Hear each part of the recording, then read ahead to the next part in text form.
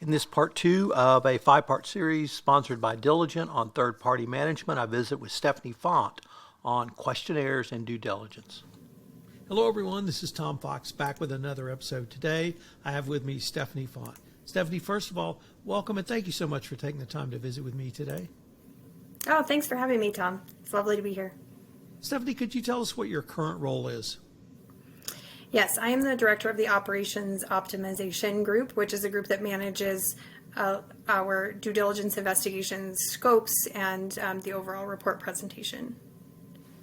So one of the things I wanted to ask you about is third-party questionnaires. And I say that as someone who has used third-party questionnaires for 15 years. Of course, there's no governmental form we can go to and download. There's a lot of debate on what you asked in a questionnaire, how detailed you should be. I had a friend who had a 65-page questionnaire. That was perhaps overkill, but he felt it was important to ask those questions. So I tend to be with a much shorter questionnaire. But I wanted to ask you that basic question. First, is there one right way to do it? And if not, how do you suggest a client think through the issues that you want to get information on in the questionnaire? Yeah, that's a great point, and the questionnaires can range so greatly. So my biggest recommendation would be look at what you're trying to achieve. So what specific regulations are you trying to comply with, and what do you need to know from that third party in that questionnaire to help you comply with that? But also, as a second layer to that, is what would you need to know from them that would help you in your risk model to know what you do from there? Do you need to do further screening, further investigation of them, or does that tell you what you need to know from there? And that gives you that good foundation, but also remembering that that's coming from them. It's them answering that questionnaire. So knowing what you're trying to comply with and thinking of those questions that are going to get you there is probably the top thing. And so in some cases, you don't need 65 pages to get that far, but questionnaires can be useful to you to gather just general information about them in your pursuit of partnering with them or whatever that relationship is. And so if you need that, then kind of see how you can make those two components work together. When you counsel clients or work with clients or even talk to potential clients, do they understand not simply the importance of the questionnaire, but really it's a step in the process? You started to allude to that, but do they really understand, as you said, this is your third party, your proposed third party answering the questionnaire, and it is some information, but it's only a starting point or at least partial information that you have to go forward and do additional due diligence and then incorporate other steps. Do people really understand it's a part of an overall process and not a be-all, end-all? I think there's a mix. I think some people do realize that is like a tool in the process, and maybe even like the first step to gather the base information on a potential third party. But I think a lot of people don't necessarily realize how it can really work into your broader compliance program and really that evaluation of those potential third parties and how it can contribute. And so the biggest thing I think is realizing that, is knowing that, one, it is super helpful because you get that third party to really give you that information that you're seeking. They might be able to identify their ownership or some other potential risk factors from themselves and self-reporting that, and that gives you a baseline to know which avenue is your best avenue for an investigation, or whether they may have answers in that questionnaire that just tell you right away this is not the right third party to do business with. So how does the questionnaire either lead to, inform, or fit into the next step, or at least the step of due diligence? Great question. So depending on the risk model, so of course, depending on the type of company you are, the type of third party that they potentially will be, such as a distributor or legal counsel or some other business relationship, then you may have different risk factors. And so knowing those risk factors and how the questionnaire can play into that. So the questionnaire may give you some of those key answers, such as the size of their company, exactly where they do business, and can alert those risk factors. When you know some of those risk factors, then that can tell you where to build on for investigating. So for some, that questionnaire may show no serious risk factors, and you can do a baseline screening for sanctions list and other global database check type lists and know that, okay, they're not wanted, they're not listed on a sanctions list. But for others, they may have some of those risk factors and you want to know how that plays in. And that's where due diligence investigations come into play. And that's when you can use that questionnaire to know enough information to know which type of investigation do you need, how deep do you need to go in investigating this potential third party. So what are some of the types of due diligence offerings Diligent has, or that you would suggest a customer or client potentially consider depending on what's come up from the questionnaire? Yeah, great question. So if they have more minimal risk factors, then an open source level investigation that we offer will give you those the adverse information and round out some of the information about the company, such as their ownership and registration. And it's all from open source. And so it gives you that more baseline. If they have a lot more risk factors, or if you've already conducted like an open source investigation, then an enhanced due diligence would be another step in that. And that is really where you get boots on the ground. You're going in and asking people questions about their reputation and seeing their site. You know, if they say they're a big manufacturer, are they working out of a little house or do they have a manufacturing site? And so using the questionnaire to know where they located, what's their size, and what are those risk factors for you, and how does that fit into your risk model, will help you to know how what level that you need. Diligence third-party risk management system kind of automates some of that for you, because if you build the risk model into the system, when they fill in those questionnaires, it will flag and it will help to tell you if you need to order investigation, what's the appropriate level based on your risk model. So you don't even have to figure that out yourself. You just already know. And then depending on what other regulations you're trying to comply with, we have other types of due diligence investigations to meet those, such as our new ESG investigation that helps to meet the ESG regulations themselves. And with that investigation, we also have like an out-of-the-box due diligence questionnaire that is more specific to ESG related issues. And so that's kind of where you see some of those levels and the types of information you're going to get. And the questionnaire is a really great place to start as a foundation.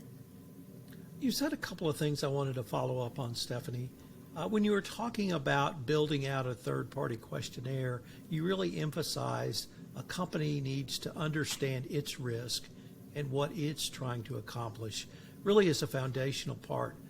Does that lead to having different onboarding templates or having different strategies that a company might use in the questionnaire stage, once again, based upon its individual assessment of its risk and or what it's trying to accomplish?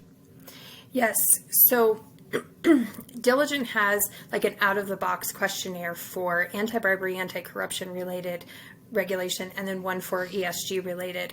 And that has base level questions that we think in general most companies would want to know. And you can play with that. You can use that as your base template and then add questions or take questions away. And knowing your own risk model and your own risks as the type of company that you are also helps to know that, because you need to know what are you dealing with. So what's the size of the company, where are they located? Those are key factors that play into a lot of risk models.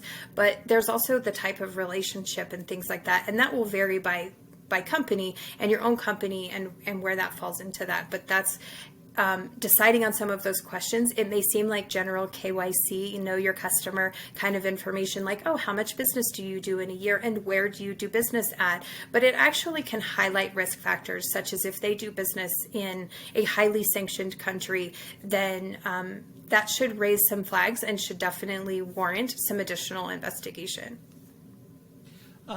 You've also not explicitly said this, but I wanted to really follow up on this, what I thought I heard you say. I thought I heard you say something close to don't lose your common sense. You don't forget your common sense. If they say they're a manufacturing facility and they're working out of a house, don't lose common sense and say, oh, sure, will you do business with them? Or another way to put it is, if your gut tells you something's wrong or the back of the hair on the back of your neck stands up, listen to that. But listen to it in the context of doing additional investigation with documented evidence that you can record to support or deny the decision you're about to make. And it's a long-winded way of introducing, one, don't lose your common sense, but two, also the importance of documentation in this entire process for the compliance professional, for the company, or for the regulator who might come knocking. Could you speak to maybe the importance that you see in documentation as well? Yeah, that's an excellent point. Questionnaires are a great way to start your documentation trail with a potential third party. One, because you're going to have their answers. It's their perspective on what they're saying. And if anything from that questionnaire prompts additional investigation, that investigation is the next thing in your trail of documentation with them. And that documentation may be for regulators to show them you have done your own due diligence, you've done your process, you saw things in their questionnaire, and you escalated that to a certain type of investigation accordingly, and then you can show the investigation. Then likewise, you can also say, well, look at everything on their questionnaire. They have no significant risk factors, and that's why we didn't escalate to a certain type of investigation. And so it's really helpful in that in those layers, but also making sure that it starts that documentation trail and it really shows. Another interesting thing that comes up in investigations along the documentation lines is sometimes something in their questionnaire is contradictory to something you find out in the investigation. And so that could raise some different kinds of concerns if they're self-reporting something differently than what somebody else finds in an investigation. You certainly mentioned regulators come knocking, but it also seems to me that documentation is important to create an internal audit trail. If someone other than a regulator wants to look, whether that be a board of director or other stakeholder, and that then you have a record. If you go through due diligence again, you have a baseline. Would it be a fair assessment to say that once you have the documentation in place, it can be used for a variety of reasons down the road, whether that be 2 to maybe even longer number of years? Oh, absolutely. Sometimes due diligence questionnaires in diligence third-party risk management system will stay there. They stay there with your third party as long as you have it set up. And so you can go reference that at any point in time.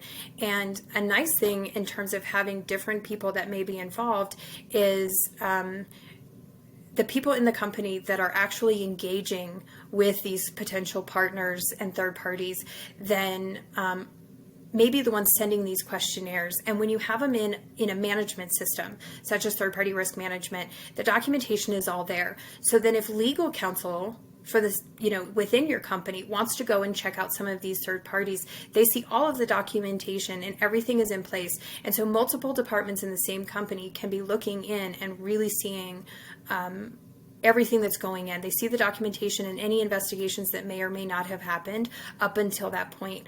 And that's helpful also knowing, maybe in their own process, you're ready to sign that contract and somebody wants to go double check we've done everything we were supposed to, and having that tracking system that follows them through that process. You've got everything in front of you in a system and you know that everything has been done that needed to before you sign those documents. Stephanie, unfortunately, we are near to the end of our time for this episode. I hope our listeners will join us for our next episode where we take up the management of third parties after the contract is signed. Stephanie, before we leave, if anyone wanted more information on the topics we've touched on today, what would be the best place for them to go? The best place to go would be the Diligent website, which is real easy. It's diligent.com, and that has a summary of all the different types of products and ways that you can reach out if you want more information.